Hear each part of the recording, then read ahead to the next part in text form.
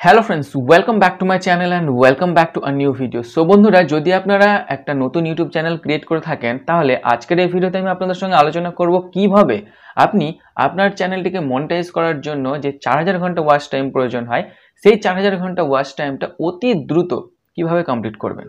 তার জন্য আমি আপনাদের সঙ্গে আজকে 9টা পয়েন্ট নিয়ে আলোচনা করব। এই 9টা পয়েন্ট যদি আপনারা সঠিকভাবে মেনে চলেন, তাহলে আপনার চ্যানেলের 4000 ঘন্টা ওয়াচ টাইমের যে ক্রাইটেরিয়া, সেটা পূরণ হতে কিন্তু বেশি সময় লাগবে না। 1 থেকে 2 মাসের মধ্যেই কিন্তু আপনারা এই ক্রাইটেরিয়াটা পূরণ করে দিতে পারবেন।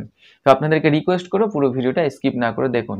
স্কিপ করে দিলে ইনফরমেশন মিস করে দিবেন। তো চলুন বেশি দেরি না করে ভিডিওটা শুরু করি। First point, master the art of YouTube story telling.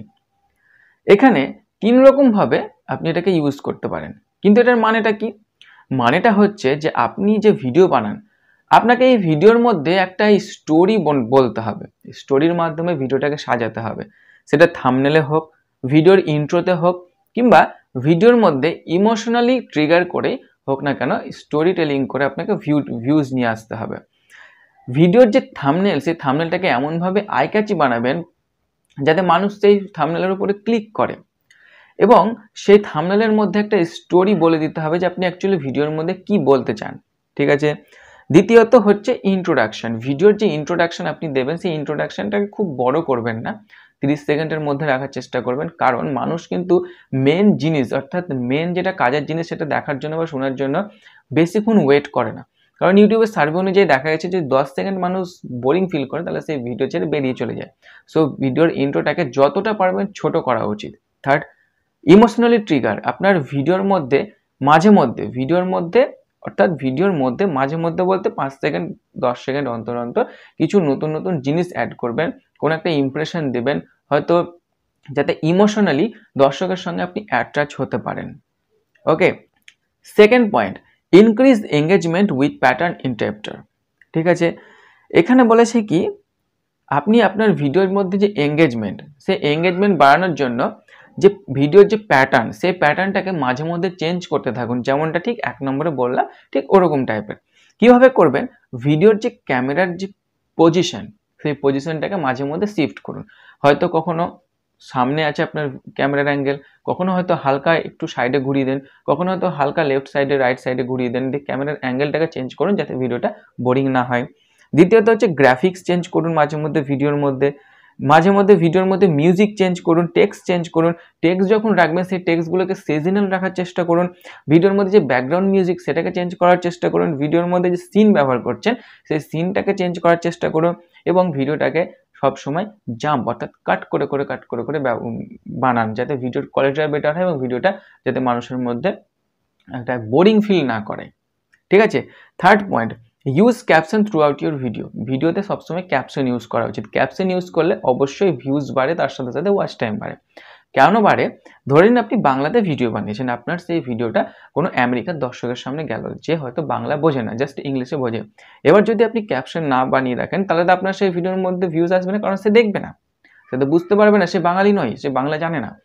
যদি আপনি সেই ভিডিওর মধ্যে ক্যাপশন অ্যাড করে রাখেন ইংলিশে, তাহলে কি হবে? সে যখন আপনার ভিডিও দেখবে, সেই ইংলিশে আপনি কি লিখে রেখেছেন তার উপরে সে বুঝে যাবে যে আপনি অ্যাকচুয়ালি ভিডিওতে কি বলতে চাইছেন, যাতে আপনার ওয়াচ টাইম ভিউজ দুটোই বাড়বে। সো অবশ্যই ক্যাপশন কিন্তু ব্যবহার করা উচিত। Fourth point, skip the basic outro. আমরা যখন ভিডিও শেষ করি নর্মাল আউটরো দিই, অর্থাৎ নর্মালভাবে বলে আমরা ভিডিওটাকে শেষ করে দিই, যে ভিডিওটা যদি ভালো লাগে লাইক শেয়ার কমেন্ট এবং সাবস্ক্রাইব করবেন, দিয়ে শেষ করে দিই ভিডিও। কিন্তু এরকম করা উচিত নয়, সেটাকেও কাজে লাগানো উচিত, সেটাই কিন্তু এখানে বলেছে।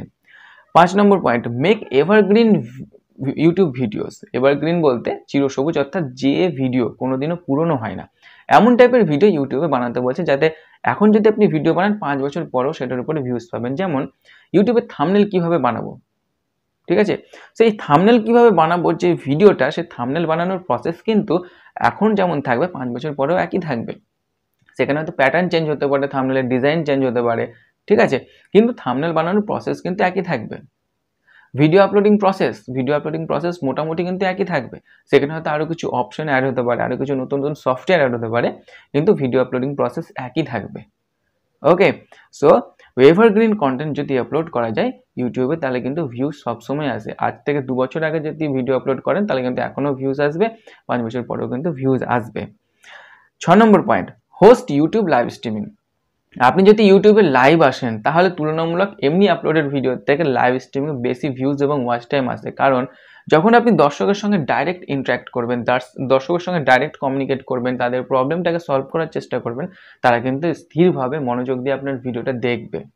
সেই জন্য বলা হয়, ইউটিউব কিন্তু নিজেই বলেছে যে আপনি মাঝে মধ্যে লাইভে আসুন, লাইভে আসলে আপনার চ্যানেলটা গ্রো হয় তাড়াতাড়ি, অর্থাৎ আপনার চ্যানেলের ওয়াচ টাইম বাড়বে, ভিউজ বাড়বে। ঠিক আছে। 7 number point, build watch time through playlist. আমি প্রত্যেকটা ভিডিওতে এর আগে বলেছি যে আপনারা যখন চ্যানেলটাকে কাস্টমাইজ করবেন, আপনার ভিডিও সেকশনে সেখানে প্লেলিস্ট তৈরি করবেন। সেই প্লেলিস্ট অনুযায়ী আলাদা আলাদা ক্যাটাগরির ভিডিওকে আলাদা আলাদা প্লেলিস্টের মধ্যে দেবেন, যাতে আপনার চ্যানেলের মধ্যে যখন কোনো দর্শক আসবে তারা সেই প্লেলিস্টের টাইটেল দেখে বুঝে যায় যে এর মধ্যে কীরকম ধরনের ভিডিও আছে। এবং সেই টাইটেলটাকে, অর্থাৎ প্লেলিস্টের যে নাম, সেই প্লেলিস্টের নামটাকে সবসময় সার্চেবল করে দেবেন। কেন করে দেবেন? কারণ কোনো দর্শক যখন ইউটিউবে সার্চ বক্সে গিয়ে কোনো কিছু সার্চ করে, সেই নামের সঙ্গে আপনার প্লেলিস্টের নাম যদি মিলে, সেই ভিডিও তো সার্চে আসে, তার সাথে সাথে প্লেলিস্টও কিন্তু সার্চে আসে এবং সেখান থেকে ভিউজ পাওয়া যায়। সেহেতু প্লেলিস্টের নাম বুঝে শুনে এবং ভালোভাবে দেবেন, যাতে আপনার সেই প্লেলিস্টটা সার্চে যায়, সেখান থেকেও যাতে ভিউজ পান। 8 number point, use end screen to build watch time.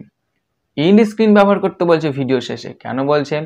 আপনি যখন কোনো ভিডিও শেষে ইন্ড স্ক্রিন ব্যবহার করবেন, আপনার সেই ভিডিওর সাথে সাথে ইন্ড স্ক্রিনে যে ভিডিওগুলো সেট করে দেবেন, প্রিভিউটা সেট করে দেবেন যে ভিডিও, সেই ভিডিওগুলোর মধ্যেও কিন্তু ভিউজ যেতে পারে। তার সাথে সাথে আপনার অন্য ভিডিওগুলো প্রচার হতে পারে, আপনার চ্যানেলে সাবস্ক্রাইব বাটনটাও প্রচার হতে পারে। সো অবশ্যই ভিডিওর যে ইন্ড স্ক্রিন অবশ্যই সেট করে দেবেন। দেখা যাচ্ছে আপনি একটা ভিডিওর ইন্ড স্ক্রিন সেট করলেন, সেই ভিডিওটা দেখলো, সেই ভিডিওর মধ্যে আবার ইন্ড স্ক্রিন সেট করেছেন, তার সাথে সাথে অন্য ভিডিওগুলো দেখলে এরকমভাবে কিন্তু ওয়াচ টাইম, ভিউজ বাড়বে। 9 নম্বর পয়েন্ট, আপলোড ভিডিওস কনসিস্টেন্সি। অর্থাৎ আপনি ইউটিউবে যখন কাজ করবেন, একেবারে কনসিস্টেন্সি মেনটেন করে আপনাকে কিন্তু ইউটিউবে কাজ করতে হবে এবং ভিডিও আপলোড করতে হবে। আপনার যেটা নিয়ম, যেরকম ফ্রিকোয়েন্সিতে আপনি ভিডিও আপলোড করছেন শুরু থেকে, সেরকমভাবে আপলোড করতে হবে। আপনার যে রিলেটেড যারা ক্রিয়েটার, তারা যেমনভাবে আপলোড করে, যেরকম ফ্রিকোয়েন্সিতে আপলোড করে, আপনাকে কিন্তু সেরকম ফ্রিকোয়েন্সিতে আপলোড করতে হবে। তবে আপনি কিন্তু চ্যানেল গ্রো করতে পারবেন। যদিও আমি সেটা পারি না এবং কেউই কিন্তু পারে না সেটা, তবে কিন্তু মিস হয়েই যায়। সো আপনারা কিন্তু এটা মিস করবেন না, কনসিস্টেন্সি মেনটেন করে সঠিকভাবে কাজ করবেন। এই 9টা পয়েন্ট যদি আপনারা সঠিকভাবে মেনে চলেন, আমি গ্যারান্টি দিয়ে বলছি আপনাদের চ্যানেল কিন্তু খুব তাড়াতাড়ি গ্রো হবে এবং চ্যানেলে যে মনিটাইজ করার জন্য 4000 ঘন্টা ওয়াচ টাইমের যে ক্রাইটেরিয়া থাকে, সেটাও আপনারা খুব তাড়াতাড়ি কমপ্লিট করে নেবেন। মোটামুটি 1 থেকে 2 মাসের মধ্যে কমপ্লিট করে নেবেন। সো আশা করি ভিডিওটা ভালো লেগেছে। ভিডিওটা কেমন লেগেছে সেটা অবশ্যই আপনি কমেন্ট করে জানাবেন। আর যদি ভিডিওটি ভালো লাগে তাহলে অবশ্যই ভিডিওটি লাইক, শেয়ার এবং চ্যানেলটিকে সাবস্ক্রাইব করবেন। ধন্যবাদ।